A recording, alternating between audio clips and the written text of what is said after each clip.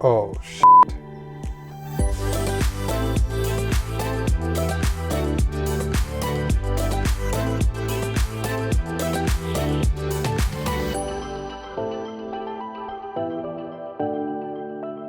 Hi, my name is Peng. I'm a photographer and I'm a travel addict. And in today's short video, I'm going to show you how to change the battery in your Mercedes Sprinter key fob, as well as what to do when the key battery does run out. I have to give them props. Of all the cars I've owned, changing the key fob battery on the latest generation Mercedes has been the easiest I've ever seen. So you don't even need tools. All right, let's get started. Turn your key around and push down on this little button. Now it does two things. One, it unlocks your physical key, and two, it unlocks this back battery cover. So while pressing down, push down and slide, and you will open the back. Once the back is open, you can see the battery compartment right here. So use your fingernail and just pull on it, and it will slide right out. This fob uses a 2032 battery, so I already have one open here. I'm just gonna swap that out.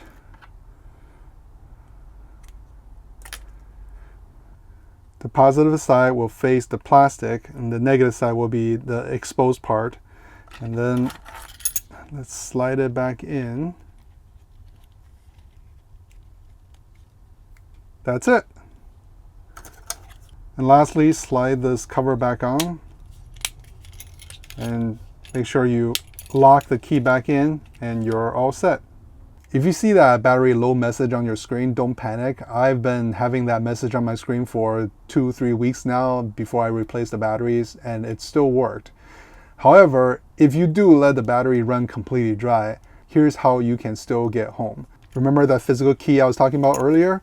So just a reminder, turn it around, push this button, will release the physical key. So you can actually use this physical key to lock and unlock your doors.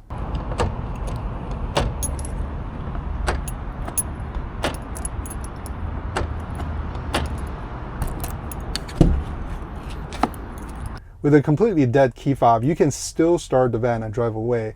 Remember that kind of annoying message that you get once in a while that tells you to place the key in a marked spot and you have no idea where that marked spot is? Well, that is actually for this type of emergency when your key fob is completely dead. And that marked spot is actually right here in the center console, down here, all the way on the bottom. And if you push the key in,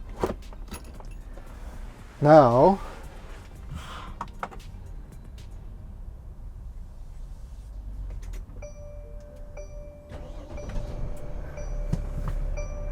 did you see it hesitated for a brief second and then it detected the key and now the engine started. So we're good. By the way, if you have a working key fob and you're still getting that message once in a while, there may be a reason for that. I actually made a video about the 5 things in your van that you think might be broken but really aren't. I'll link that video up here in the corner. And that's it. That's how you handle an auto battery key fob and how to change that battery. I told you today's video is going to be short. Another reason the video is so short is because I'm about to go to China, travel to China for a month. So that means next month there won't be any long form videos. I'll try to post some shorts as long as I can get over the Great Firewall of China. But don't worry, in the meantime, you can check out some of my other van adventure videos here. If you found this video helpful, please leave a like. If you want to see more videos like this, consider subscribing, and I will see you next time.